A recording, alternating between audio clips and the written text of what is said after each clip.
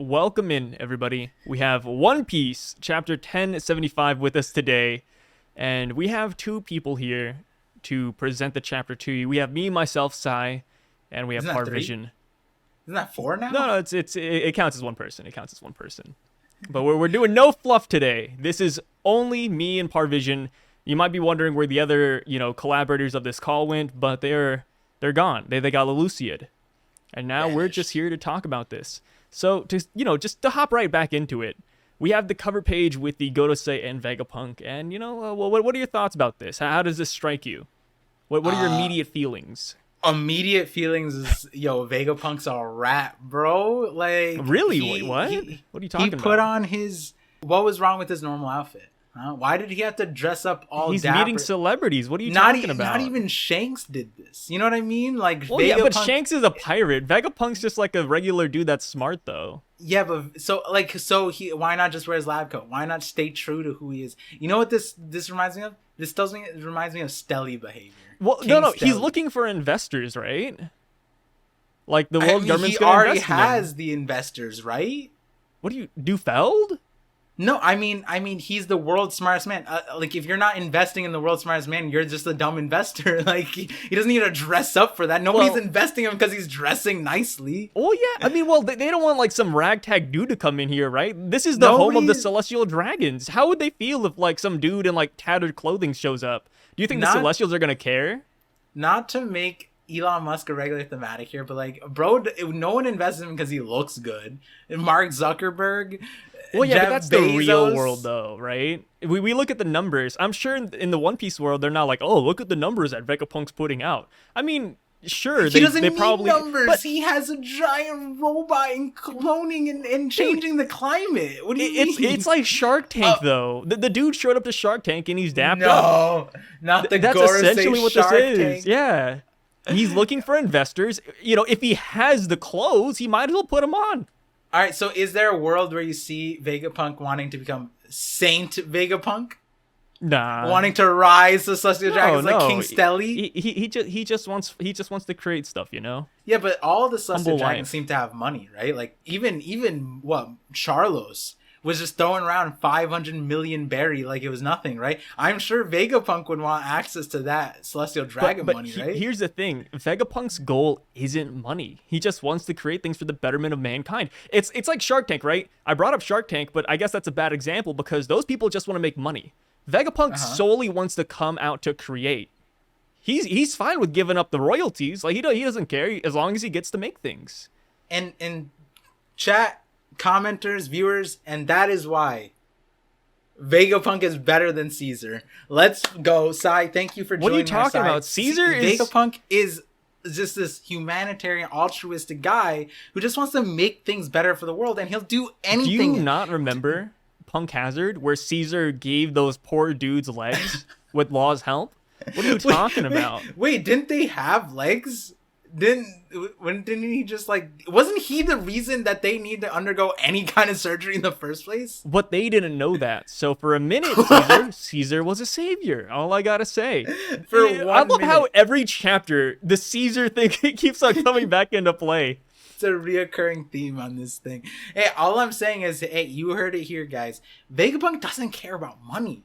He cares about the world. He cares about fixing the world. And he doesn't care about changing his clothes, his appearance. It doesn't matter what kind of monkey suit he has to put on. If it's for the sake of the world, Vegapunk will do it. You know what's funny, though? Every time I have somebody that's new to One Piece and they're just watching it and they get to Punk Hazard, I'm like, Caesar's actually a really good guy. And you know how, the arc really spins it, in the very beginning? Like, yeah, Caesar's great. Like, he's the master. He gave us legs. He saved us. And I gaslight everybody. I'm like, Caesar's actually that guy. Like, he is a god here. Like, wait, he actually might be the next Nakama. Are you at Punk Hazard with your wife?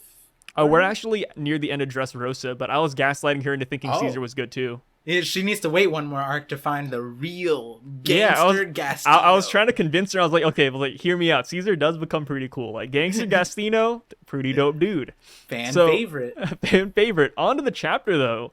We pick up where we left off last time. We got Pythagoras being attacked and everything's going on.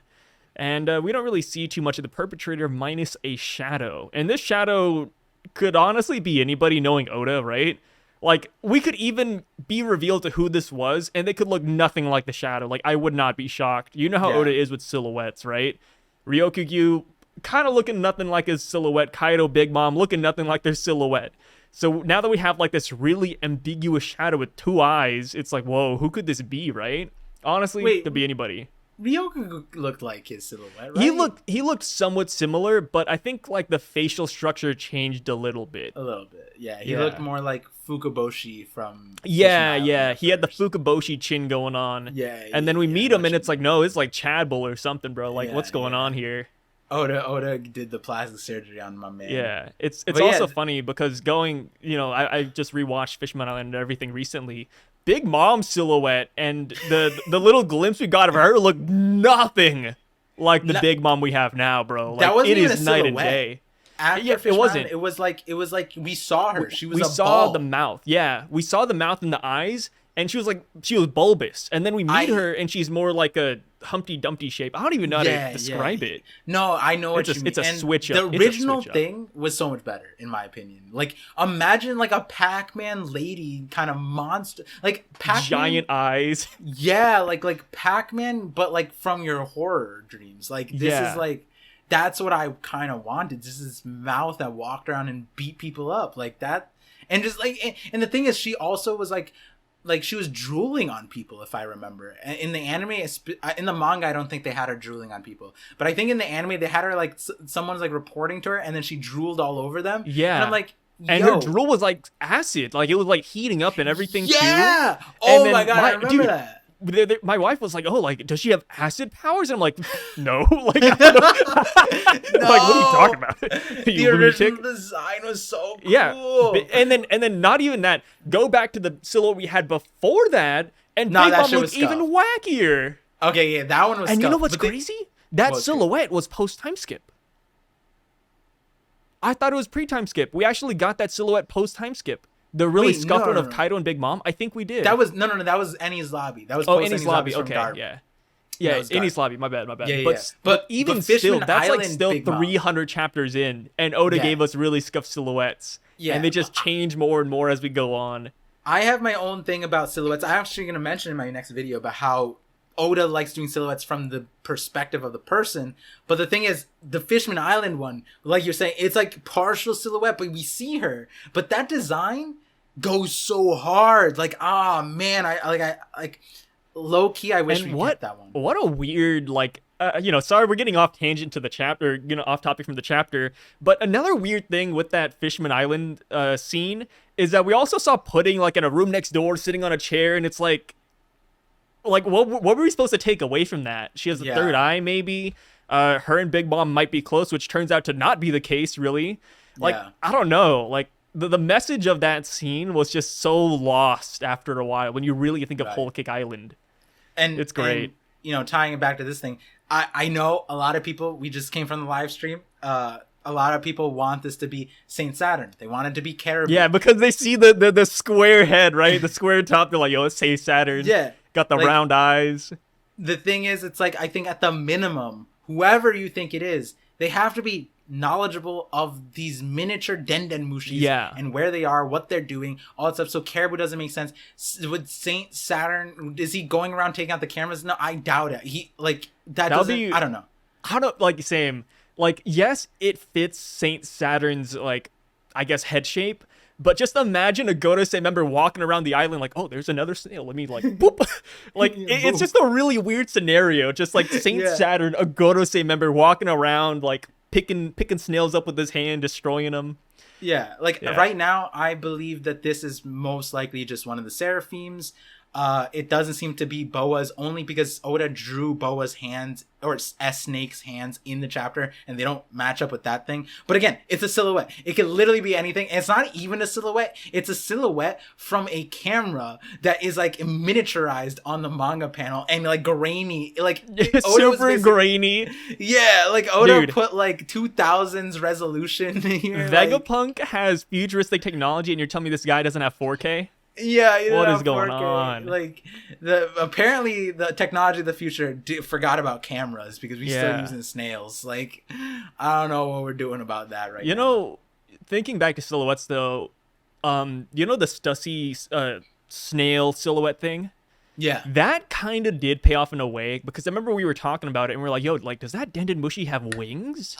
I remember that was something we talked about, and then boom, Stussy had wings. So, you know, silhouettes, all I gotta say, hit or miss. Hit or miss. Wait, but that's kind of crazy, because there's no way she had her wings out when she was on the phone. So that means the Denden Mushi was exposing her ass. Yeah, like, it was... Oda gave us a hint to the bat powers, but, you know, luckily nobody would have guessed that. It was the most out there thing out, like, you know, at the time, right? Yeah. Like, not just like, oh, Stussy's a member of, you know, the Vegapunks, but it's also like Stussy has bat powers. Yeah, Stussy has wings. It's like, whoa. Hold up there, buddy. Yeah, for sure. So after we see that, we see the camera's been disabled, and then Luffy mentions that, you know, he can't hear the voices anymore. He noticed that the comms are down. And then later on, just to skip and make this all one big segment here, Luffy mentions that he did not break it whatsoever. He didn't bump into anything, and that someone is disabling the comms. And Shaka confirms this, saying that there's someone else inside the laboratory. And I do think that is very plausible, because at this point, like, while the cameras are going down, we just saw all of the groups. So Shaka just saw, like, you know, group 1 through 4 all traveling, and all of them are accounted for. So there has to be some outside force on the island, or it could be the Seraphim, right? Yeah. It could just be the Seraphim too. What's interesting is Oda actually did us a solid, I think, except for Edison. So Atlas, we know that we're in a location for where they grow organs, right? Yes. Very interesting. We were told this. It doesn't seem like, why would a place that grows organs be multifaceted? You know what I mean? And then with Lilith, with it was Lilith and York. In York, yeah. Oh no, Stussy first, right? Stussy says we're on the weapons development floor, right? Yeah.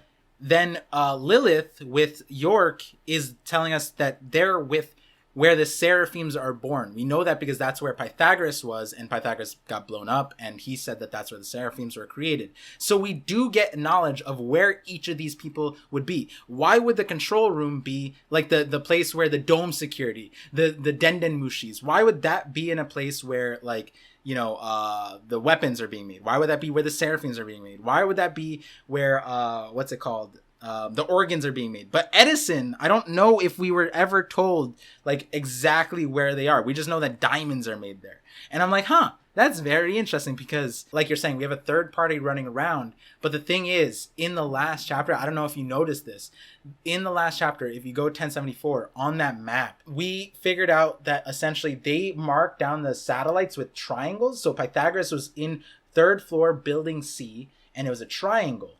So It's like, okay, so then satellites must be triangles. The top floor where the control room was a triangle. That's where Shaka is. That's where the satellites were at the time. Then there was another triangle on the 1st floor in building A, and there was a circle on the 1st floor of building B, and there was a circle on the 1st floor of, a 2nd floor of building A. So if the 1st floor building B1 was Bonnie, that leaves an unattended random person, someone who apparently they can track, but if it's not a satellite, I guess it's a circle. So that means that there is probably a third party, because I would imagine that the Seraphims aren't being marked down by circles. They'd probably be marked down by something else. So again, the point being that, like, this, we even talked about it last chapter, how every background character is getting designed. Like, Oda's designing every floor, every aspect. So again, I'm not blaming everyone for looking at the shadows so deeply, like all these different things. I'm just saying that, like, there's so many details here that you can actually figure out so much. They're being intentional with this one. Yeah, it's crazy. Yeah, crazy amount. I forget where we bounced off that for, but it's just, I mean, we bounced off that with the map and the placement of these characters. Yeah. I mean, it's also interesting that they split into 3 groups and they somehow all ended up on different floors and things. It's like, wait, like, when did they separate? Or like, how did they like time it out? Like, like you leave the room and then 5 minutes later I'll leave the room, right? Or I mean, I think their intention was to split up, but like it's like it almost feels like Scooby-Doo, you know? Yeah, like it's the very original Scooby-Doo-ish. Not the Velma or whatever. I haven't watched it yet. Wait, still, I haven't watched the original Scooby-Doo. I only watched Velma. Oh my god, I'm kidding. I've only watched Velma. What are you talking about? I'd leave the Discord call immediately. Mindy is my Oda.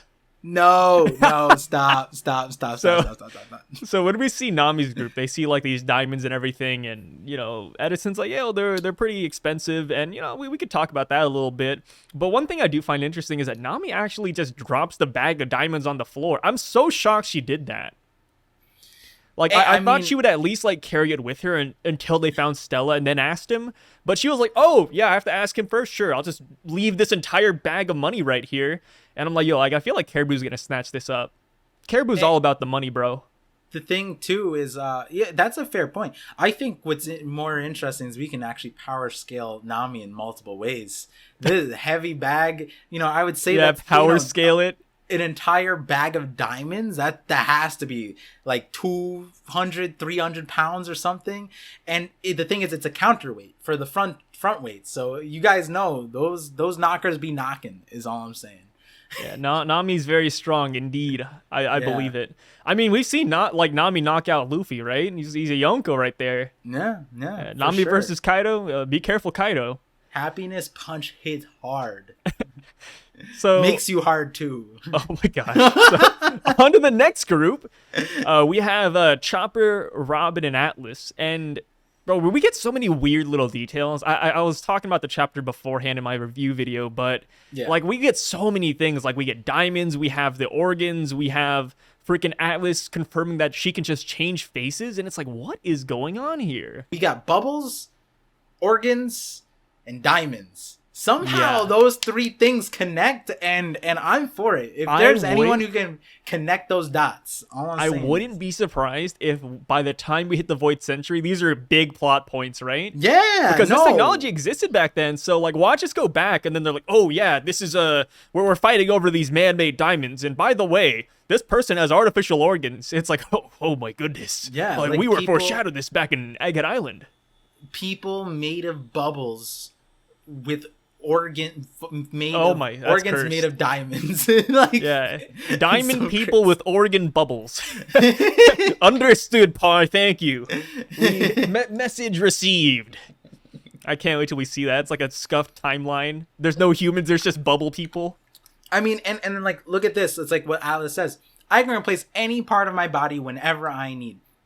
That's the future for you. That's crazy. And it's like, how is that? Because now we know that the Ancient Kingdom, that future was even further in the future than our current timeline. So it's like, how do they erase all this? Like every chapter of Egghead, I'm just like, bro, how did they erase this technology? If this technology existed 900 years ago, how did they erase all of it? Like there must have been some devil fruit or some crazy phenomenon that just washed all the technology away. It made everyone dumb. Because that's the thing about technology is, as you introduce technology to the world, what is also supposed to happen in general, when you like, at least if it's not like a dystopian thing, is the education level of everybody raises to like to match it at some point. Technology, the people making it, they're like over here, the technology's over here, consumerism's here, and then the consumers are down here. But it's like, it's supposed to continuously rise up, but like all these people are just dumb as rocks, and it's like, so there's probably a devil fruit, the dumb fruit.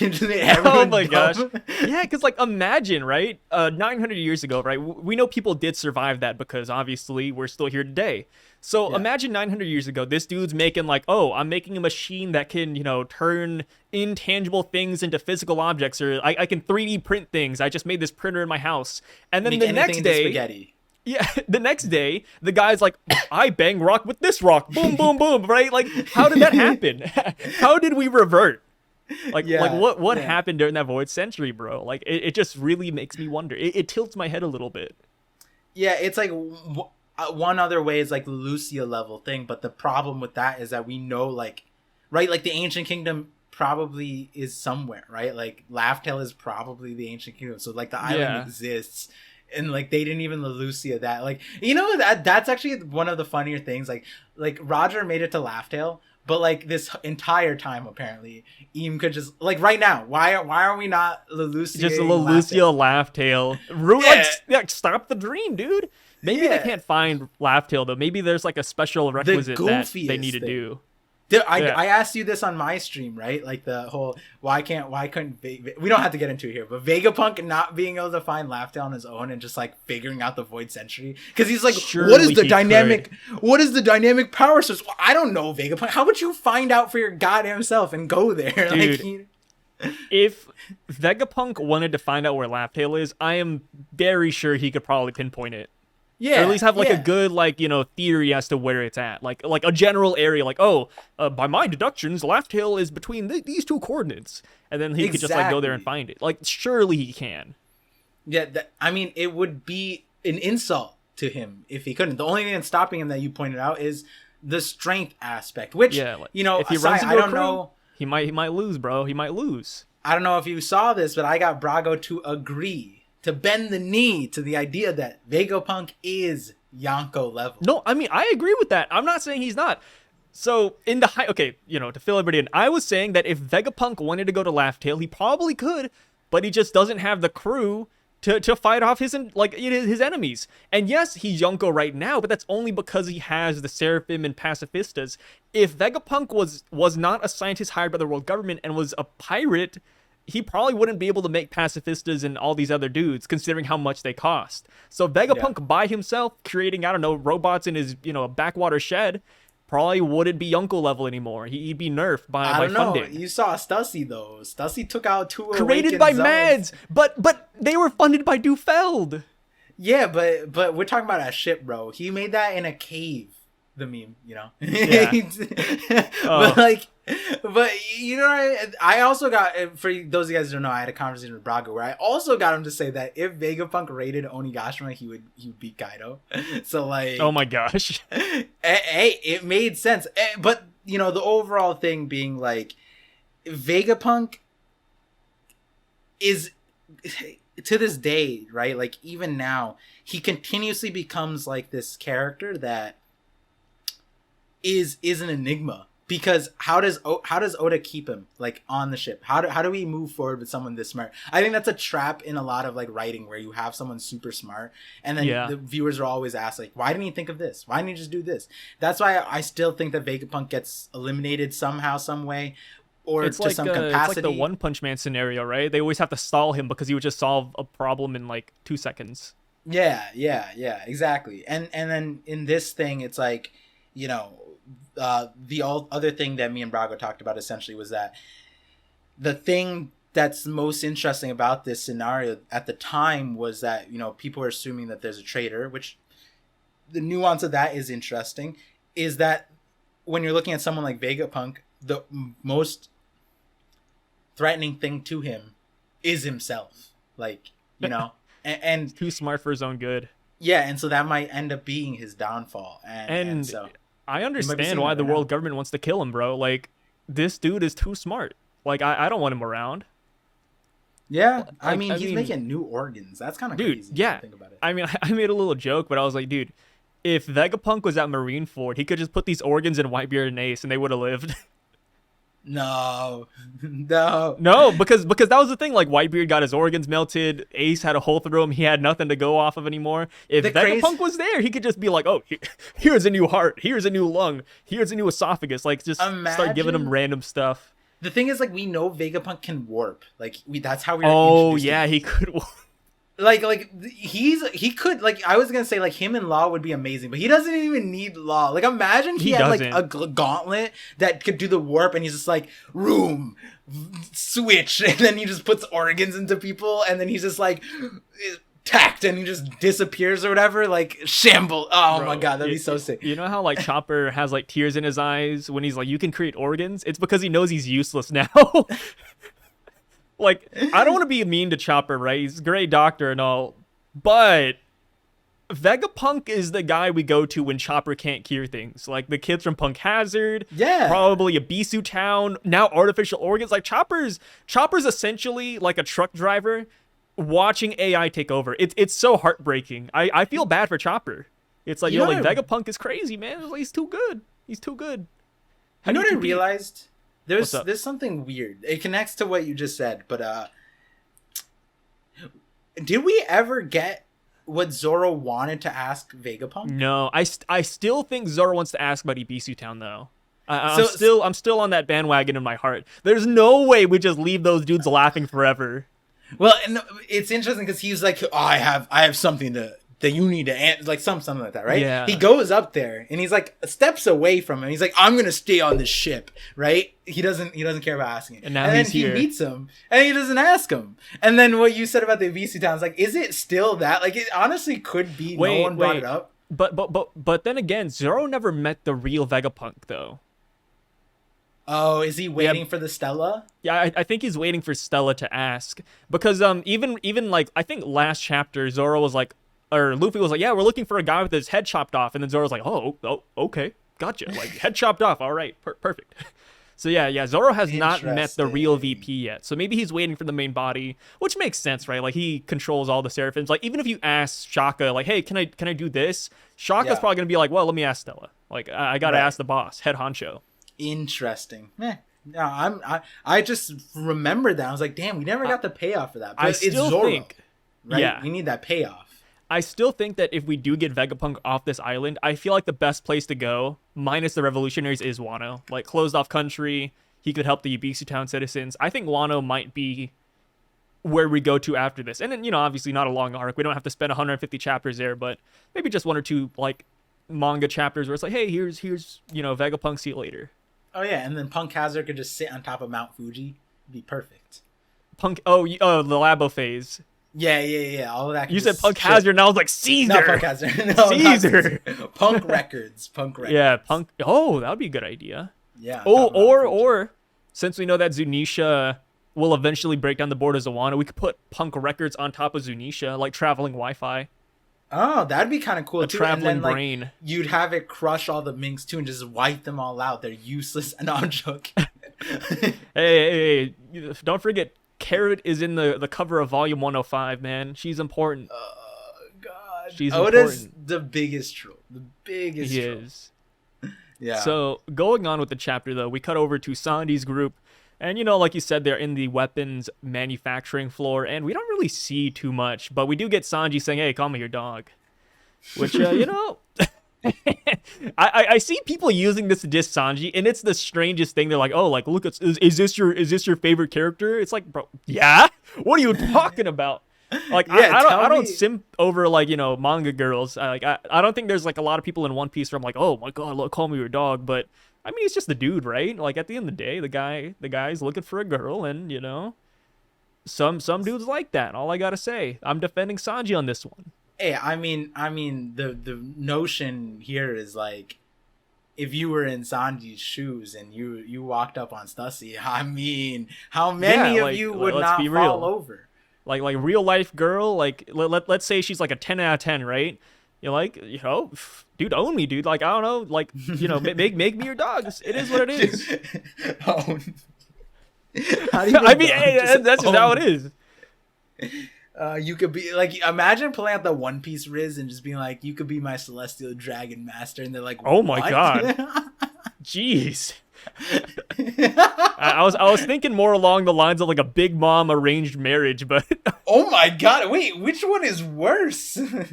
Hey, I mean, honestly, like, don't hold your family hostage. But that's only like Germa though, right? Like I feel like there's some marriages on Whole Cake Island that turn out all right. No, there was I mean, isn't Aladdin's entire race like in limbo because of their marriage? Yeah, that's fair. Hey, well, Aladdin's happy, sort of, not really. Yeah. Fishman lineage kind of crazy, dude. Yeah. Which I mean, it's kind of insane how like you could just like have a kid that looks like whatever when you're a fishman. Yeah. No, hey, this is a part of the theory where I think that like there's a line of logic where it's like the Mori show could be the Void Century, where essentially like a person could have a kid with a fishman, like a regular person. Yeah. But for humans, they're like, why doesn't my kid look like me? You must have cheated. And then it's like the fishman's like, no. Listen, like my great grandfather was an octopus. Like it wasn't with and then like they just don't understand. You know what I mean? I could easily see something like that happening. Dude, even as a fisherman, I'd always be scratching my chin looking at my kid. Like, yeah, I'm not gonna lie. No, even if I understand that, I'm like, why is my kid an octopus, bro? You're a shark. Your wife is a guppy, right? Your kid comes out an octopus. Your neighbor's an octopus. What do you do? Like, what do you? Your neighbor's an octopus. But your wife was also like, oh, but my grandpa was an octopus, but it's like. I don't know, man. Like, but the mailman, the neighbor. Them, but there's that small part that's got me scratching my head at this one. The mailman, the neighbor, and her coworker are all octopuses. What do you think? Literally everybody's an octopus except for me. It's like, oh, shoot, dude. I'd be distraught. Yeah, I'm telling, like that shit. Hey, you know what I do? I join like the Fishman Pirates or something. I join like the Red Hair Pirates. I just leave. I'm like, you know what? That could be my kid, but I'll just pull a Yassop, bro. Like, see you later. That's too funny. I'd just pull a Yassop. Like, you won't see me for a while. You sure you ask? You know what? That's my kid. All right, bet. But see you later. No, I'm gonna find the One Piece. If that was the scenario, I don't think a lot of people would be mad about if that was like the Yassop thing, but like the milkman, milkman. I had the milkman. They're all just the same thing as your kid. Oh, that ruined somebody. Someone needs to make like a manga series for that. That would make Yassop more relatable. Yeah. Like I don't know. Like, you know what? I can't blame Yassop, bro. Yeah, like, we gotta stop laughing at this man. Like, yeah. Wait, Yassop. That'd be crazy if oh man, if Yassop didn't whatever Usopp's mom's name is, she didn't have a long nose, and Usopp came out a long nose, and the neighbor had a long nose. Yassop be like, all right, Shanks, take me away. Just end it. Shanks, I gotta go. There's a reason why he's always drunk. Oh, he drinks the problems away. The end of the story, Usopp finds out he's not even Yassop's kid. That'd be the craziest plot twist ever. Speaking of Usopp, though, we cut to his group, and we see that they're on the same floor that Pythagoras got attacked at, and, you know, we got the bubble gun, and that's pretty self-explanatory. But this is when we see Pythagoras' corpse on the ground, and we also see a shadow in the background, and a lot of people are saying it looks like Moria, and you know what? I see it. It does look like Moria's shadow, but, you know, we have Usopp reacting to it, and then we learn that it's actually Pythagoras, and if you match up the silhouette to him, it's pretty much 1-to-1. Yeah. And we learn that he's alive, and then he says something a little bit interesting. Pythagoras says that, I'm forced to wonder if we might have made a grave miscalculation, or it could be a mistake on our end. And then the next thing we see are the Seraphims attacking York and the rest of the group. And this really makes you wonder if there's even a traitor in the first place. Maybe it's Punk Records. Maybe it's the Terminator. Maybe, you know, like the humanity that Zoro saw last chapter actually means that they are rebelling. They have become human and they want to become human. There could be some deep meaning behind those words. Literally everything after this panel was 100%. Like it was scripted by me. It was, or by during that stream. The Seraphims being the culprit. Like that was nailed down. Pythagoras surviving with the head detached because that's how he was introduced. Beautiful. But then, like you're saying, I think the main thing is exactly what Pythagoras is saying, is the miscalculation. Because we came up with a solution for why that makes sense. I'm not about hyping people up, but let me tell you, Par messaged me during, you know, the spoiler cycle, and, you know, he told me a little bit about his theory, and I was, like, in my head, I was like, yo, like, I think Par, it's either he read the spoilers or he's just, you know, really good at being a detective. Yeah, like, it's kind of cool. I love watching theories come true, or, like, people's predictions or, you know, comments, like, all pivot out. And I've seen even people in the last video mention this too, and I'm like, yo, like, kudos to everybody. There was even somebody who, you know, obviously me and Par talked about it before, but there's somebody last chapter who was like, yo, like, I wonder if Lucci's gonna team up, like, haha, this is gonna be great. And I'm just like, you know, like, I remember you guys. I remember all those comments of people saying this, and, you know, this chapter, definite payoff for a lot of people, and I'm sure a lot of people are happy with this. This, I think, like, when you think about it, it makes the most sense. Made a grave miscalculation. I think this parallels what happened last chapter in Sentomaru. Sentomaru gave the Pacifistas Mark III an order. They said something along the lines of, here, let me just read it quote. Actually, I don't have protect your creator at all costs or something. Yeah, at all. Like literally, it was just like whatever you do, ensure that Vegapunk leaves this island. Ensure that your creator escapes, no matter what happens. That order. If you told that to the Seraphims, think about the ramifications that would come from it. And so what we concluded on that stream on Sunday, or at least I concluded, and a lot of people were still letting it sit, was that the last person to speak to the Seraphims was Edison and Lilith. Actually, Lilith, it doesn't seem like at this point Lilith is compromised in that notion, because she shows up here, she's acting, it would be crazy if she was just acting dumb. But I was thinking it was Edison. Now the question is, did Edison do it on purpose, or did Edison do it on accident? By this chapter, I currently think it was on accident. The reason why is because Shaka explained to us that that all of the Vegapunks he can't override another Vegapunk. Only the Stella can. So only all the Vegapunks have the same order. So that would imply that not even Edison is unless it was nefarious and he said, except for me, kill everybody else. That would be crazy. But what I think is completely super tame thing where he was just like, make sure the Stella body gets off the island. And we know Shaka and Lilith were both quoted in Egghead to say, well, obviously in Egghead because that's the only time they're there, but they both said the only thing that matters is the Stella body. All of us are expendable. That's what Shaka said. That's what Lilith said. So that's the prerogative of all of them. And so if you're getting that order and you're the Seraphim, the thing is, the people who can order you are a threat. So CP0, satellites, they're all a threat. But you go back to the main thing. The main thing is Vegapunk, the Stella body, was never under threat. Never under threat. Luffy was there, all of that, right? CP0 was on the ground, all that. But the dome security was up. But because the dome security went down, now you created a threat for the Stella bodies, right? So if the Seraphims are using their AI brains, they're like, wait, the only threat to the Stella body was the dome security. That's how we got up here. Who are the people that can control that? The satellites. So let's take out the satellites. Let's take out everybody who has control of the dome security, because we can't trust anybody. And if we want 100% efficacy in making sure that Stella leaves the island, and if Edison said with the Straw Hats, then maybe the Straw Hats aren't a part of this attack. Maybe it's just the satellites.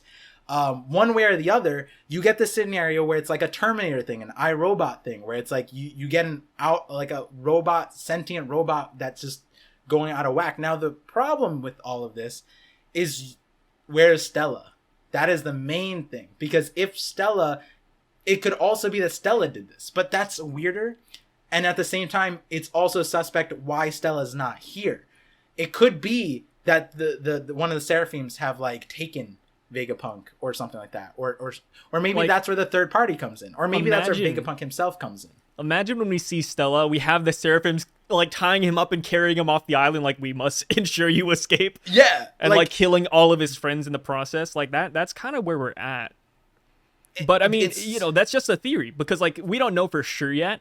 And the one thing that I would have loved from this chapter to give this more ground is if the Boa Hancock Seraphim or one of the other Seraphims said something to allude to that. To allude to like them becoming more sentient or making more, impactful decisions by themselves. I think that'd be dope. Like imagine the Boa Hancock Seraphim says you are obsolete or something while they destroy everybody else. I think that would like be the nail in the coffin. But we don't get that in this chapter, and I really hope that next chapter when we see the Seraphim they say something. Yeah, that was the other route. Like so, to clarify, like the end stage of all the ideas was that the Seraphims at the core. How they get manipulated, there's multiple ways. And one of them was the fact that Shaka told us that they have their own decision-making capabilities. And the thing is, they on their own could have came to this conclusion.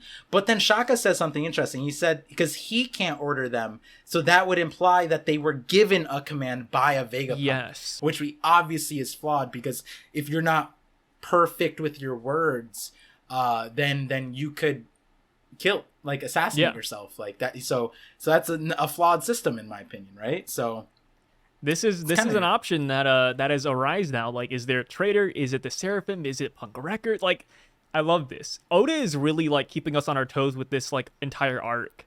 Yeah, yeah. Like, at every chapter, we get closer and farther from the truth.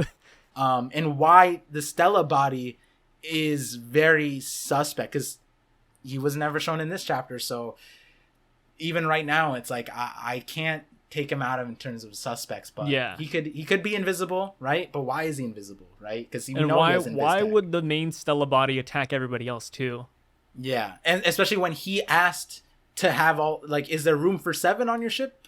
Right? Yeah. Like, he asked that. He went out of his way. Because I've seen a lot of people saying it could be Stella. Why aren't people talking about Stella? But it just doesn't make sense for him to kill his own bodies, kill the Straw Hats, kill, CP0.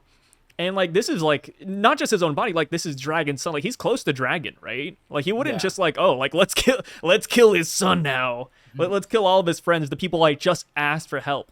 And some people are like, oh, maybe he cut a deal with the world government, but that also doesn't make sense, because if he did, why attack CP0? Right? Yeah, and why would they cut the deal?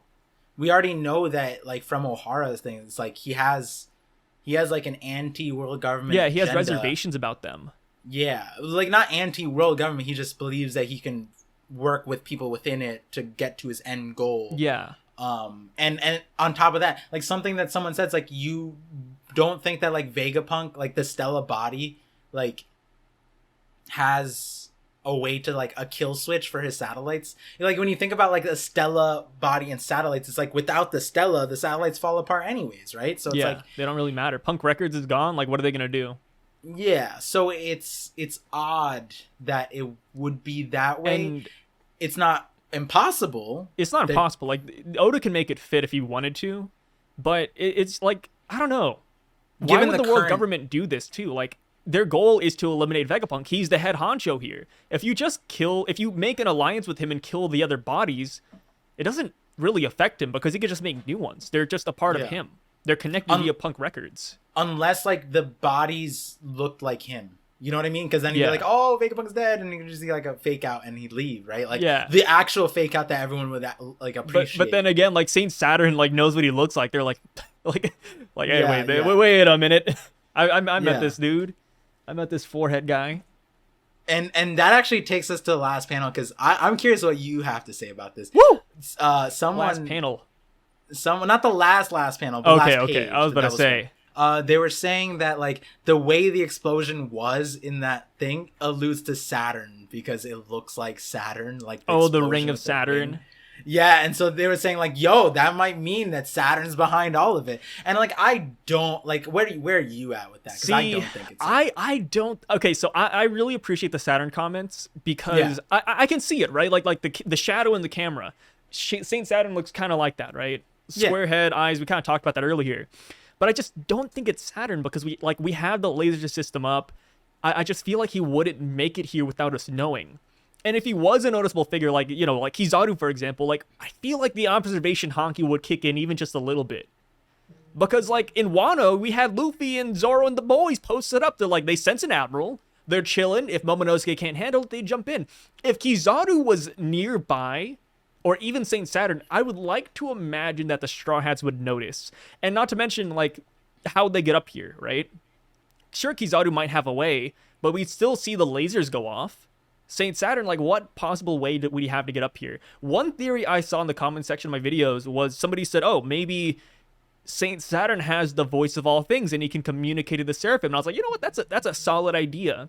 But since the Seraphim aren't necessarily alive, could they even sense the voice of all things? Like, that's another question too. But I guess inanimate objects have it, because the poneglyphs have the voice of all things. But I don't know. There's a lot of possibilities here, but yeah, as for right now, I don't think it's Saturn, though. It could be. Yeah. Like, as we learn more, the story develops, we develop, and I could, open myself up to that. But as for right now, I think it's a cool theory, but I don't think it's happening. Yeah. And like, I just want to preface that too, because there's a lot of reaches you and I were willing to make in Egghead prior to Egghead. We're still reaching. That led us to things like Lucci and Kaku at the very end, which we'll get to in a bit. But, like, right now, because of how enigmatic Saint Saturn is, it's almost like it's not even reaching. It's more like jumping off a cliff for an idea, and it's like any of the ideas could be possible. And you mentioned a point, voice of all things. You could theorize that he has voice of all things so strong that he could talk to the Seraphims from here, right? And it's like, that's a cool idea, but we don't have like me, Luffy like would hear it too, right? And then there's but then there's also Luffy would probably hear it. That's true. But there's also selective hearing too, right? Like Luffy spoke to just Momo, but Kaido didn't hear it, right? Like, but Kaido's was listening to all the voices, right? So it's like on Onigashima. So there is like nuance to that concept. At the same time, why? For me, one of the biggest reasons why this isn't Saint Saturn, again, it could be, is because why is Saint Saturn on a boat? If he could just show up, like if he's here and Kizaru is not having an effect, but like Saint Saturn is the forefront, the first battalion, so to say, past the dome security, Kizaru couldn't make it past the light based security system, being the light fruit, and he's just like, oh, I guess you have to go there by yourself. And then Saint Saturn's like, bet, and he just goes up there, messes them up. It's like, why did he need the boat? Like, he could have, are you telling me he could just came here on his own? Like, one way or the other, that's what that's implying to me. I feel like that's where this plays out, where it's like, regardless of whatever resolves on Egghead, the Gorosei can come and swoop up all the Seraphims. Right now, we are at a position where Zoro, Luffy, our Yonko crew has to fight the Seraphims. And is the solution going to be destroy them? I don't know. I feel like Vegapunk cares about them too much. They're too expensive. Yeah, they have humanity in them. I don't think that we would kill the Seraphim off. I feel like they're going to survive this arc. They're definitely going to survive this arc. But then how do we survive Saint Saturn's authority over them? That's where that part plays a huge role. I don't think it makes sense to insert Saturn this early. Saint Saturn is this like meteor kind of plot device right now, where it's like you could have like a rom-com plot going on the planet thing, right? And then like in the first 5 minutes, they're like, oh, a meteor's coming, right? So in the back of your mind, you're like, oh, all this stuff's happening, but a meteor is coming, right? That's the way I see Saint Saturn. The meteor is going to be at the very, very end. And it's like, how do you survive that meteor? Well, if the meteor came too soon, then what's the point of everything that we're doing right now, right? These things have to play out. With Saint Saturn, I could see it being a scenario where the Straw Hats get control of the situation, the Seraphims are back on our side, and we're just about to sail off, and then Saint Saturn just yells, and he's like, Seraphim, at once, like, execute Order 66, right? Yeah, exactly. Come kill Vegapunk and come to me! And then the Seraphim all start acting under his command. Right when things start looking really rosy, I feel like Saint Saturn is going to come in, and I don't think this is his showing just yet. Because he has such a presence, right? Like, I feel like the minute Saint Saturn does something, Oda's going to draw a lot of attention towards it. And I don't think this is it yet. The Gorosei commands CP0.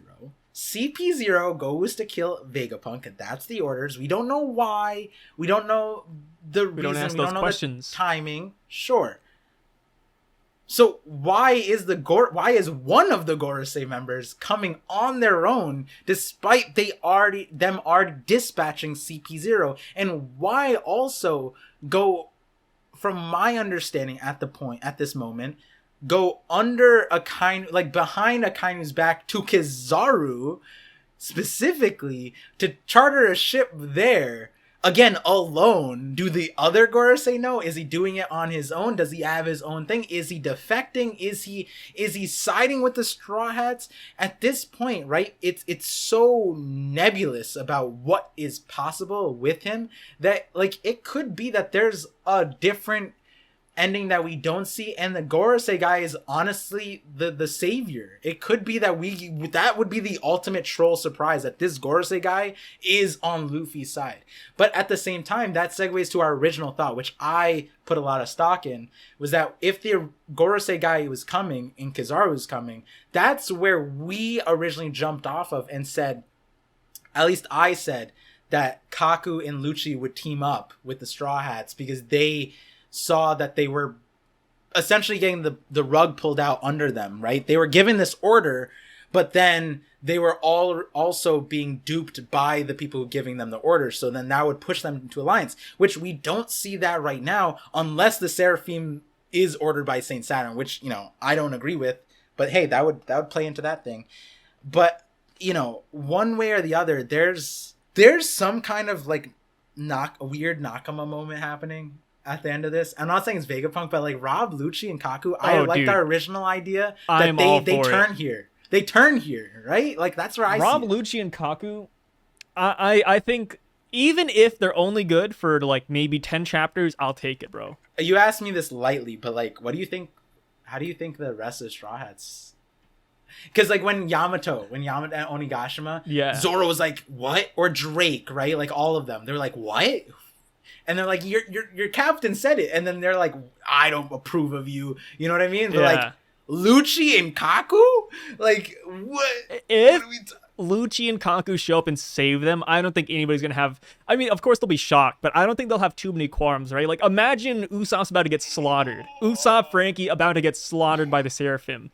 And then all of a sudden you have Kaku, like freaking giant giraffe, like slicing them.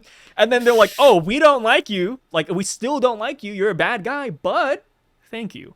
Robin being saved by Lucci, right? Like, Robin, obviously, last chapter, we already saw Robin doesn't want to stomp on Lucci. So, you know, somewhere deep down, she feels, you know, a little bit remorseful about tying him up. But, you know, she stopped Nami from hitting him. So maybe Robin is like, oh, wow, Lucci, thanks, I think. And then Lucci's like, yeah, that was you know, I paid you back for, you know, stopping Nami or something. Like, I think it's possible. I think it's possible. From our stream, there was like, from the previous one, when we saw this, I forget if it was in the stream or the call, we were saying, I asked you, I said, like, is there Lucci, Robin stuff on the internet? And you said no. But now there definitely will be. Yeah, Lucci. Let me Robin know in the comments if fanfic. you know, because Sai's looking for it, so I'll let Sai know from the comment section if that exists. But the overall point was, my mind didn't even go there when I asked you that question. It was the Usopp Kaku thing, but the I was thinking like, yo, don't make their noses touch. Like, whatever you do, Dude, do not have that. Imagine like, there's a chapter where like Usopp and Kaku team up, and Oda titles it the two noses or something. the twin nose. It's like Kiba. Hilarious. It's like Kiba from Naruto, twin Fang over Fang. Oh, with Akamaru. Like, they're two noses side by side. That's too good. I can see that, man. Like, Kaku teaches him the art of black nose. Like, oh my god. So I made this comment. Usopp gets a blackened blade nose. Yeah, somebody tries to cut it off. He just blackens it, just like Kaku.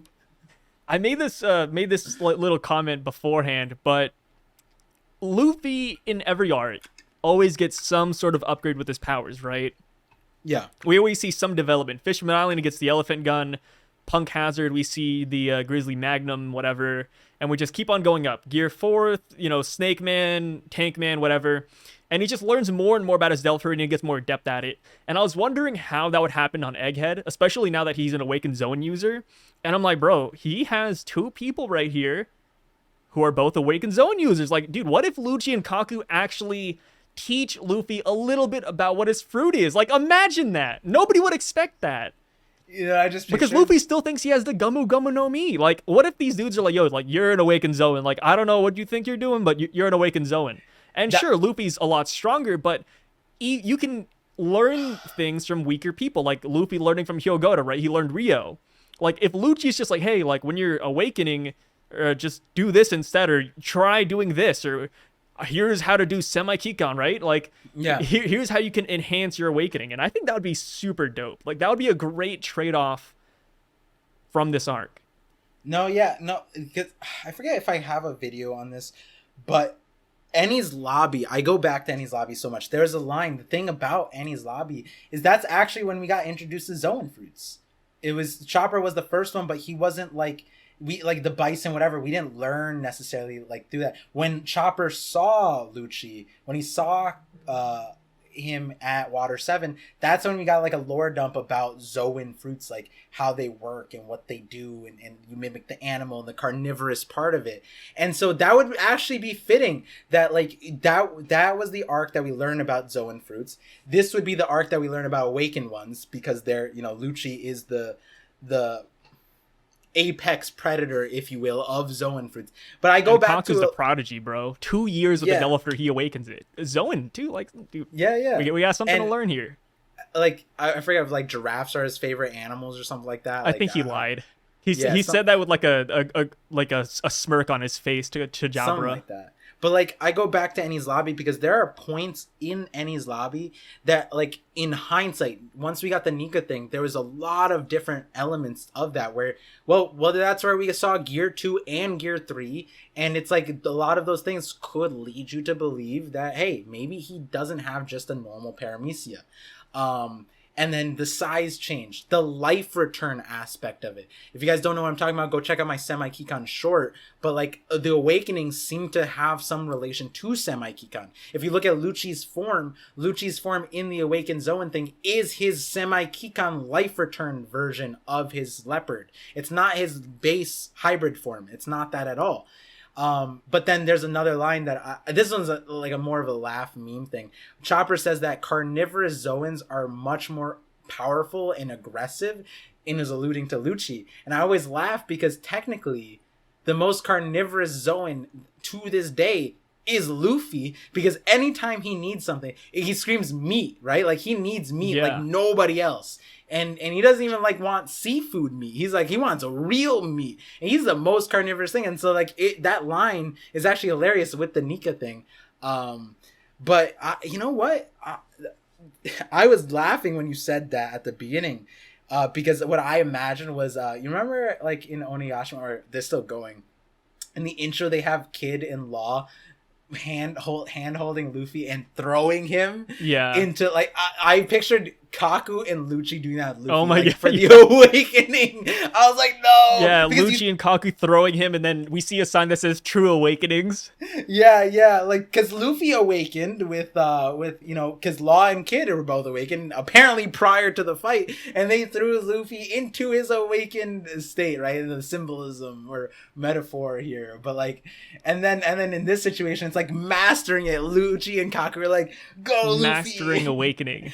And then it becomes like a master student. Like Lucci becomes his new Hyogoro, and that's why he's just like Luffy fights Emu or something, or Saint Saturn, and he's like, I'm gonna use what Lucci taught me, just like what that would be so dope. You know how like when Luffy does Red Hawk, we sometimes see Ace do the Fire Fist. Imagine Luffy hits somebody, we see Rob Lucci just coming out. Luffy using Gear 5th, and then Rob Lucci's in the background, like, you know, hyping him up. Yeah, like that's every crazy. time, like everybody, like, you know, like sometimes like people see the like Zoro, Kaido saw like Odin in Zoro, right? Yeah. So, like, and then Kaido's like, ooh, and then like ooh, and then Luffy channels his inner Lucci, like Robin, everyone just like yaks or throws up, like, oh no, not the Luffy. No, God. Like one of Luffy's finishing moves, he just puts his hands like this and like, oh my god, here it comes. Six King gun. Oh man. My god. Nika gun. Isn't the Wisdom Kings is 6 kings, right? Isn't that what it's referring to? I believe so, yeah. Is Luffy supposed to be one of the Wisdom Kings? Or is Hanuman like the king of the Wisdom Kings? Oh, I have no clue. Yeah, I'm interested because then he would pull out the Rokugan. Imagine he's like, Rokugan. Rokugan. No. He learned what is it? He learned shave, right? During Enies Lobby. I'm straight memeing right now, but like it's a good meme. No, it's not a good meme. Stop it. I imagined the Goku Gohan moment, but Luffy, and like Lucci's dead, and then like Luffy's just like and then Lucci's like puts his hand on the back, and we see like Ace, Lucci, Sabo, Ace, Lucci, and Sabo. Yeah, what a freaking lineup, man. Yo, that would be, and the thing is, that would still be ASL, right? Like Ace, Sabo, Lucci, yeah, just replace it. Oh god. And then when oh no, stop me now. When Zoro is in his final attack, he remembers Kaku. You know how like Zoro can do the demon aura? Imagine if the heads were like giraffes that came out of it. Oh god! At this point, I feel like the people listening are throwing up right now. They're like, what? No, you know how like Kaku does like 4-sword style. Imagine if Zoro is fighting somebody and he's like, I can't beat him with 3 swords, so let me try this. And then he whips out his leg and he's like 4-sword style. and then he has a vision of Kaku behind him, like a giant giraffe. The guy who he beats is like, I've never seen that before. I can't believe I was defeated like this. And he's just like, I learned that from a giraffe. It's like some out of pocket. No, yeah. And then the guy's like, this is the true power of a giraffe. It's terrifying. And then the guy who defeated, like, that's the last thing he hears before dying. And he's just like, what? No, imagine that's Mihawk that says it. No. That's crazy because Mihawk. Was it? No, I think it was Ryuma. But, like, Mihawk also said, like, 3-sword style. That's interesting. And then people know 4-sword style. And Mihawk's like, I can't believe I was defeated by this. You're telling me he just needed one more sword at Baratie? Like, you know how like Mihawk has like gorillas and apes or baboons at his place in Muggy Kingdom? Imagine Zoro beats him with a Kaku like image behind him, and then he's like, I should have invested in other animals. I should have had giraffes on the island this time. Oh god, like it all makes sense so now. Hard on this. That's so good. I love the memes. Oh, okay. One. I guess I got 2 things before we end off. 2 things I want to talk about here. Yeah. So we talked about AI sentience and punk records, Seraphims having a will of their own, being the perpetrator. Right. So we never really discussed what if let's eliminate that option. If it was a satellite, who would you put your stocks in? Stocks on. But you want a nefarious angle, like they're purposely. Yeah. Let's say there is a bad satellite. Who do you think it would be? So eliminating third party, eliminating, the AI sentience. If it's between the Stella body and the satellites, who do you think is the perpetrator? That's where it gets crazy because I didn't go into that stream, the detective stream, suspecting Atlas, but then afterwards I was suspecting Atlas. That's how crazy this like satellite agenda is, because the Atlas. So real quick about the Atlas thing, you know how it was corrected that like her number when we were introduced is wrong, and I was like, how many times has Oda ever done that? We know Oda has made mistakes and he's never corrected before. And I was like, what if Oda was actually just trolling us, and like that was intentional? And the point is that Atlas was actually Katarina Devon in a disguise, and so that's why what's it called, in between when they were on the ground and on the thing, she's the only satellite that's actually missing when the Seraphims come up, when the Seraphims start attacking. She's the satellite. There was a few other things about her that were like, I'm interested in this route. My brain, like I would almost like a paradigm shift in my perspective, because we forgot entirely about holograms and how holograms existed. And so we were legit looking at any time a satellite touched somebody, because if they were avoiding being touched, that could imply that they were just a hologram the entire time. Unless someone had a light glove. The only person we know who does that is Atlas at this point. She's still wearing the light glove, actually. So the question was, can a hologram wear a light glove? And that would be crazy if we had to suspect holograms, because I think she was able to conjure up a completely made up person right in front of Luffy, and Luffy's like, that's not a real person? And I was like, nope, and he high-fived it, but with the light glove. So that's a whole different thing that Atlas specifically has. At this point, I'm not putting too much stock into that. The next up is Lilith. That's surprising because I think Lilith is the most obvious choice. Her name, introduction, a lot of people go to it. Right, that's why I suspect it the least, because that's the most obvious thing. If it's Lilith, you didn't need a rocket scientist for that, right? Yeah. Which is why I don't think Oda is gonna go that route. I'm not putting her below all the other ones, because I just think that like York is just innocent, like completely. Like there's no. What would be York's reason? Like, you guys make me eat and shit for you. Like, I'm tired of this, right? Like if you got rid of them, that wouldn't change that you eat. Oh, actually. Wait, if she eliminated the satellites, would she need to eat and shit less? Because that actually is a MO. Probably. Maybe. She might have to. Yeah, and so that's where Edison and Shaka come in. Shaka, the main reason My stream seemed to lean on Shaka the most. I think even if Shaka isn't the main person, I think Shaka is an accomplice at the minimum, if there is some kind of thing here. Because to have oversight of Shaka, I felt like a lot of his actions seemed like he knew everything that was going on and he was just letting it happen in the actions of smoking out the person. But in the line of their evil, I don't know about Shaka. Edison is the most probable case. The reason why is because he was the last person to give an order to the Seraphims. He was the person we were shown to give the order. Even York mentions it. Didn't Edison say, hold your horses? Well, what if Edison added something else? Edison is in the prime spot to give more orders. He's protective of his inventions. That's his prerogative. If they're coming here to destroy his inventions, that he want to protect it. It's solving everything through eliminating all the threats and just honing in on his things. I think it makes sense. And then there's the whole concept of if Vega put the Stella body is inheriting Tesla's dream, then Tesla and Edison had mad beef. Edison is like Tesla's arch enemy. Like, it's the craziest thing if you read the real history of what happened. And it's funny because in real world, Edison actually aligned with like the Gorosei. Like, he actually aligned with JP Morgan, who, you know, I would, you know, put on the line of who the Gorosei and Celestial Dragons would be. And so then we're left with the Stella bot. Could be like on his own, but you asked like the nefarious angle. I just don't see the nefarious angle right now. We'd have to know more about the Six Faces. I really hope that this is prolonged. I hope we stay with the mystery a lot for like at least 2 or 3 more chapters. Wow, you do? I feel like a lot of people are okay with it going by fast. It's because I love mystery like mangas. Like I read a lot of these, like who's the killer, you know, who's the person, who's the snake in the group, like Tomodachi Game, Judge, Wolf Game, Jinro. Like I love all of those mangas, and this is like one of those, but One Piece edition. So I love trying to deduce like who's the bad guy here based off like really small context clues. But like you're saying, like I don't really see the nefarious angle for Shaka or Stella.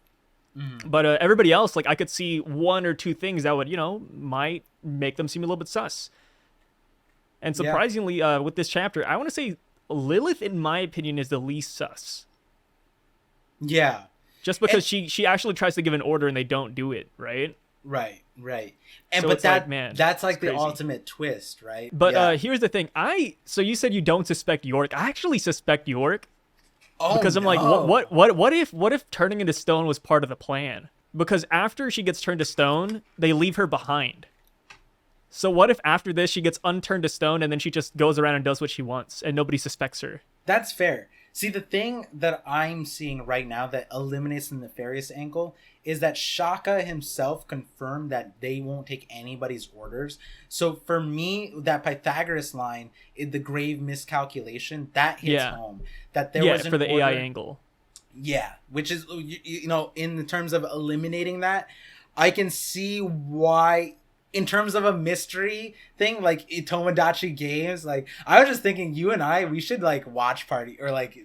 No, the Tomodachi Game anime is so bad. No, not those, but like, you know, mystery stuff together. That'd be fun. Like we do one of those games, not the shitty ones that you play, but like we do one of the mystery games and see where we go with them. A lot of other stories, their plots aren't as in depth as One Piece. Where, you know, in One Piece, when people say it's not that deep, but like in One Piece, it is really that deep, and like that might be valid for all the other series out there, but for One Piece it's not. But for murder mysteries, it is that deep. A lot of times it is that deep, and that's why we end up enjoying it, because I think meaningful. The funniest thing too is that like it's even more so echoed in the Japanese community, where there's like a huge theory crafting community. They're looking really deep into these panels, and you know Oda's a part of it, right? Like he's witnessing like the Japanese theorists go ham.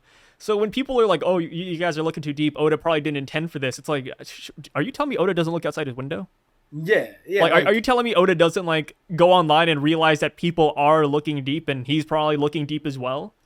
And that's the craziest thing. The Western perspective of Oda is so wild. Oda apparently goes on like weekly radio shows and podcasts to talk to like old ladies about One Piece. I'm like, you don't do that if you don't care. You know what I mean? Like, he's out there like talking to like Good Morning Japan version of like that, and just like talking to like literally like he calls into his favorite radio shows. Yeah, and they're like, Oda-san, what is this? And then he's just like, oh, did you see Stussie's new outfit? I did that for you, Kokoro-san. Like, you know what I mean? Like, he's just talking to old ladies, and they're like, Oda's like probably like they're like, are you saying I should wear that? And like Oda's being this weird ass dude who's talking to them like that. Like, that is more Oda than not. You know what I mean?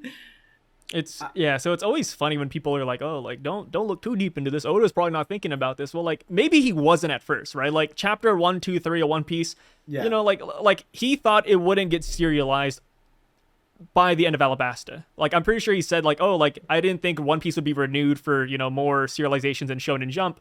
But it did. People loved One Piece. And then I think at that point, Oda was like, okay, I got to start building the world. Like, I got to start, you know, putting a lot of effort into this. Because at first it was a risk. And he might have, like, you know, just wanted to survive to the next week.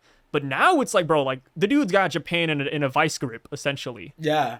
Oda like, he's got everybody in a vice grip. Like, Oda has more security than the prime minister, bro. Oda goes, the economy drops, like, instantly. Like, bro is single-handedly recovering, like, what, Kumamoto is his hometown, I think? Like, yeah, Kumamoto. They were hit by the thing, and he's just like, you know what? I'm so big, I could just put statues here and revive the economy. He literally did. Like, I think he funded, like, a whole bunch of relief efforts, too. Like, Oda's... Yeah, no, he's goated, man. Yeah, he's like he was the original Mr. Beast of Japan. That's why it's so funny when I see comments that are like, oh, Western people, like, look at them theorizing these stupid things. It's like, have you seen the Japanese community, bro? Like, these dudes are dissecting, like, singular pieces of kanji. What are you talking about? No, I'm like, we don't even have that ability. We haven't unlocked it yet. I told you that, like, on my thing that, like, I've been going onto Instagram and TikTok. Like, well, I started on TikTok, but, like, these shorts, and I've been trolling, like, a lot on that. For the express reason where it's, like, people are upset, like at me trolling about it. It's like, do you know who wrote this series? It's the biggest goddamn troll of the entire show, right? Like, and the point being that, like, the way One Piece is, when a chapter drops... Everybody on the train is talking about it. On the morning commute, on the commute back home, everybody's talking about the chapter. Yeah. Anywhere you go theorizing, on the street, bro. Theorizing, just talking about it, outfits, whatever. That's what the normal conversation is. When One Piece drops, everybody on the street's talking about it. I'm like, people acting like Japanese people don't theorize about One Piece. Yeah, and they're acting like they're just lobotomized, like they don't really think or anything. They have comedy shows. Think like Trevor Noah. Think like Dave Chappelle. Think about like those kind of comedy shows. In those comedy shows, they commonly use One Piece references. Like, if you don't know One Piece, you won't get a lot of the references that these comedians make. That's how commonplace it is that, like, you know, like the Daily Show or the late night shows, they always reference like Star Wars or Marvel, like, you know, like all the Infinity Wars, whatever, right? That's how One Piece is. And we don't do it like that. And that's, like, sad to me. But, like, you know, if you guys want to know more about that, Hidden Island vlogged his trip to Japan. And it was eye-opening how it reminds me of that one anime that came out, like, 2 years ago, where the guy was about to kill this girl. Oh! And then he's like, who's your favorite One Piece character?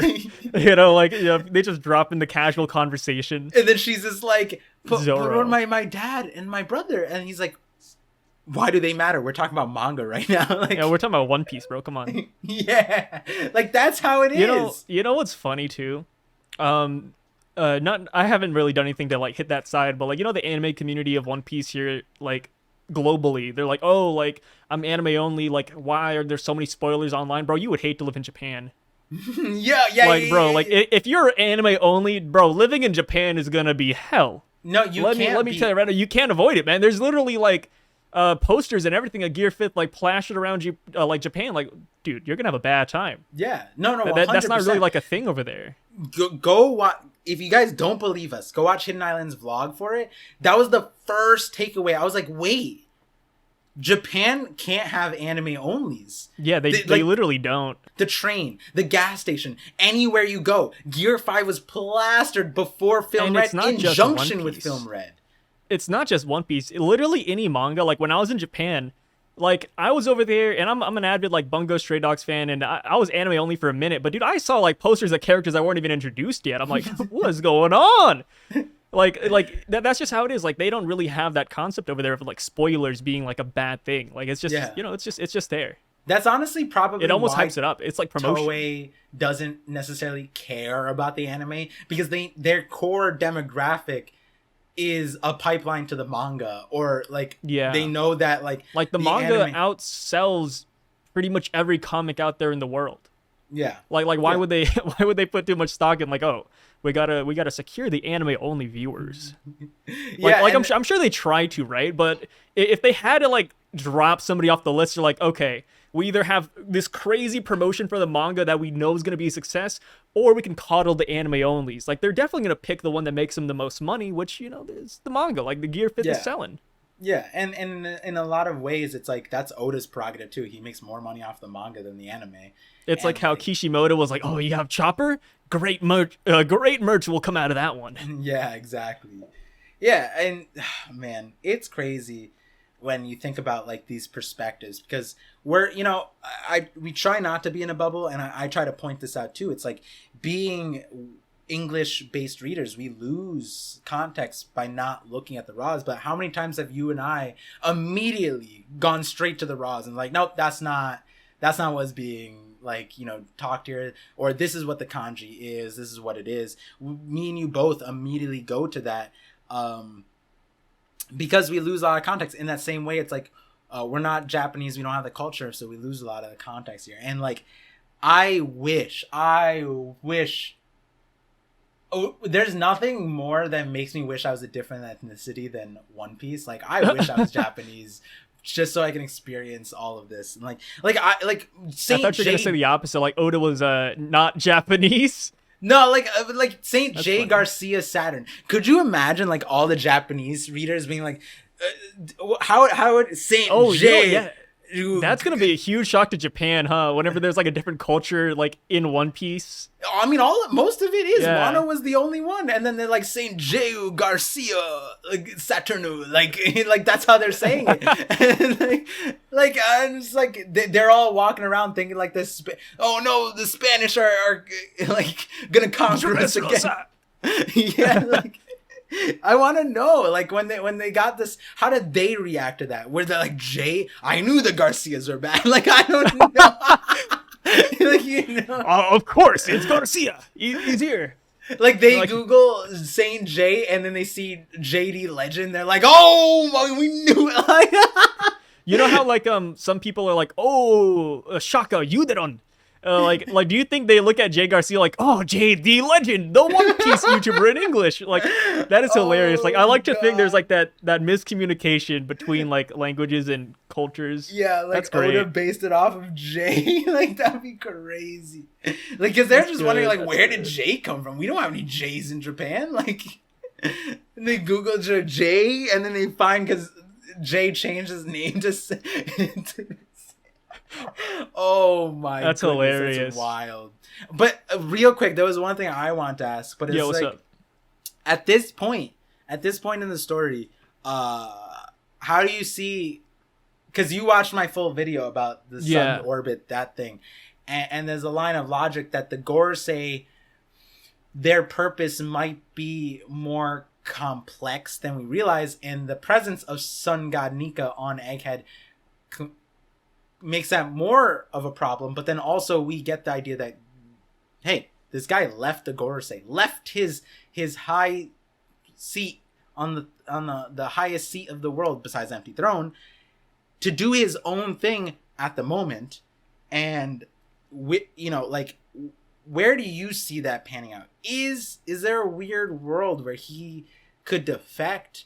Is he an ally? If he shows up, what does that look like? How do you see Saint Saturn playing out? I still see Saint Saturn as an antagonist. Okay. I get the line of thought that he could be good. Like, he could like be a giant plot twist. Like, Saint Saturn Garcia is the one who's like, hey guys, Seraphims, stop attacking the Straw Hats. Like, there does exist that possibility. But as it stands right now, I do think he's still against us. And that's simply because he's with Kizaru. Kizaru ordered an entire battalion. Like, if he was on our side, why would he order so many Marines to, like, you know, head to Egghead Island, if not to attack them? So that's kind of where I'm at. I still think he's going to be a straight antagonist. But I have watched that video, and I do believe that what you were theorizing is true. Mm-hmm. I've always been on board with that. And that's kind of where I'm at right now. I just thought of something crazy. What's up? So apart, I didn't include this in that video, but this was like Hidden Islands Prime early, way like before the Revy, like last year. Not last year, but like, you know, when the satellites got introduced, Vegapunk, he was saying that the Gorosei were satellites for Eam, some entity, whatever. I take a twist on that. There's a few ways that can go down, but I just thought about this real quick. There's 5 Gorosei, right? Yeah. There's 6 satellites for Vegapunk. What if there was another one? Or the line of logic that starts that video so I was just talking about my recent long video, was that the ancient weapons having a similar naming scheme as the Gorosei is very interesting. And I was thinking about it like, wait a second. How crazy would it be if, like, you know how like the Gorosei can order the Seraphims? What if we get a reveal that someone else is a Gorosei member? But like that'd be kind of dope. Yeah, like they get the revealed. 6th Gorosei member. Yeah, like they get revealed because you would imagine Emu's above them, right? So like Stella, satellites, right? So then when we see the hierarchy of the Gorosei there, I would imagine Emu's above that, right? Like that would kind of make more sense. But like at the same time, like what if there was another Gorosei member, and then so like the Seraphims are like doing their own thing or doing something, and then enter mystery. Wait, why aren't they listening to us? There's a new Gorosei. There's the mystery Gorosei. Yeah, that'd be crazy. Oh my god, that'd be so cool. I'd be down for reveals like that. That's what this kind of opens up for me, where it's like when you get like a hierarchy of things, it's like primed for like, hey, there's another person with this tier of power. You just weren't aware of it. How are you going to get revealed of it? Well, they're going to wield that power that you thought was exclusive. Just out of nowhere when you least expect it. Yeah. One more thing, too. Hot Toddy is missing from this chapter. You brought it out. I thought you were against it. I mean, Hot Toddy being a person? Yeah. No. Want it. I want it. But as far as like Hot Toddy being a person, I don't think he has to be a person for this. So he's missing right here, right? Yeah. But we last saw him when Stussy attacked Lucci. Yes. So my mindset is that what if Hot Toddy actually knows who the perpetrator is? Like he started flying around after, you know, Lucci went down, and then he was just kind of roaming around like the Labo phase, and he actually saw someone give the orders to the Seraphim, or he knows where Vegapunk is. And then this could be another reason why we should let Lucci and Kaku go, because they could, you know, relay this information to the Straw Hats. Maybe Hot Toddy shows up and it's like cuckoo, like when the perpetrator walks in the door, and then they're like, whoa, that's a bad guy. Yeah. No, like imagine like the traitor walks through the doors and then Hot Toddy just goes wild. He's like, that person. Yeah. And then that's the reveal. Another thing could be, because this is a common thing where it's like the person who did it, they think that they're in the clear. But then like because Hattori returned to Lucci tells Shaka, Luffy, whatever, they're already prepared. They already know that because of Hattori. And then it's like a straight up Scooby-Doo thing where it's like, if we weren't for you meddling kids and that bird, you know what I mean? Like, yeah, it's kind of like Fishman Island, how like Megalo knew that Hody Jones killed Otohime. Yeah. Imagine it's the same thing, but you switch it with Hot Toddy. Hot Toddy's like, this guy. This guy. Yeah. I like that. I like that it doesn't need to be a person right there, but I have huge stocks that it is a person. Hey, who knows? Maybe Hattori is the shadow on the camera. Maybe Hattori is trying to do some double agent action. The one thing about that is that like if Hattori is like the perpetrator here, like the main bad guy, why would the Seraphim attack CP02? Why would he attack Lucci? They're like, I don't think he's the main perpetrator. Okay. I mean, I told you think he's like one of the like the third parties that's like interfering and just addition. Like, here's the thing. This doesn't have to be like one person, right? This doesn't have to be one party. There can be like, so many different groups here doing random things. We could be Hot Toddy, it could be the Seraphims, it could be the Perpetrator, it could be Caribou, and they could all be doing small things one by one that just eventually add up and build this narrative that there is like one traitor that's masterminding this, when in reality it's just a bunch of factors being jumbled together. Yeah, I mean that is one of the best ways to make Egghead, like scramble it. That's how I like my eggs scrambled, right? Like, because the thing is, we don't know who disappeared the ships yet, right? Is that the same person who's made the grave miscalculation on Egghead, right? Like that in that line of logic that I am leaning towards, that it was simply protect Vegapunk. Well, that doesn't explain why those ships disappeared. Which satellite was over that, right? That kind of does lead into that there is some kind of either third party or traitor or something. And then, Caribou's still here. He's not technically with the Straw Hats. He's going to do what he wants to do. He's going to try to survive the best way he can. So he alone is an unintentional third party. And there might be a crazy where Katarina Devon, Shiryu, and Lafitte could be involved here. Hell, like, look at how Burgess was involved in Dressrosa. He was sent on a solo mission to get Ace's devil fruit.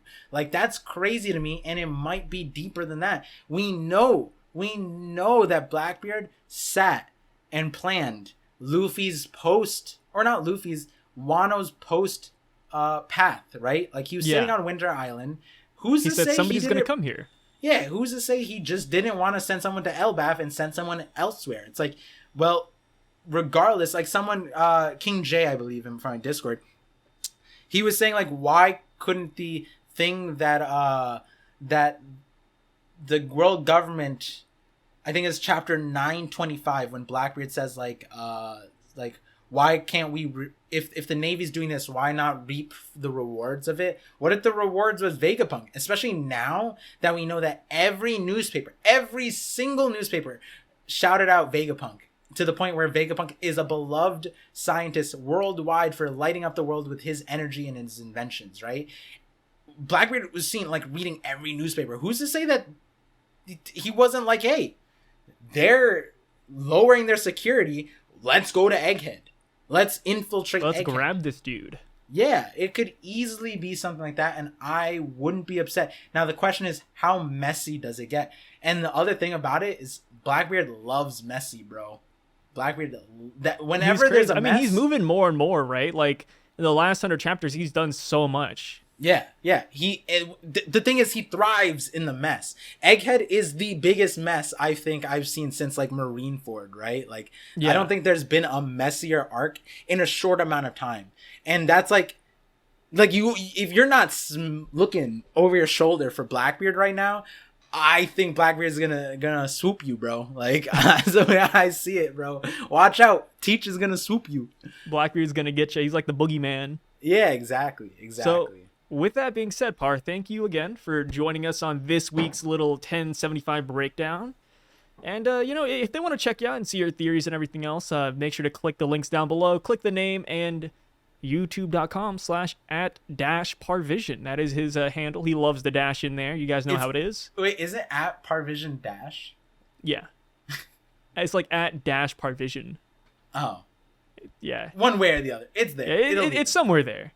Yeah. But yeah, hey, thank you guys for joining us on this week's breakdown. And hopefully you guys have a great weekend. And there is no break next week, so we are going to be back with the Force in just 7 days. Peace out.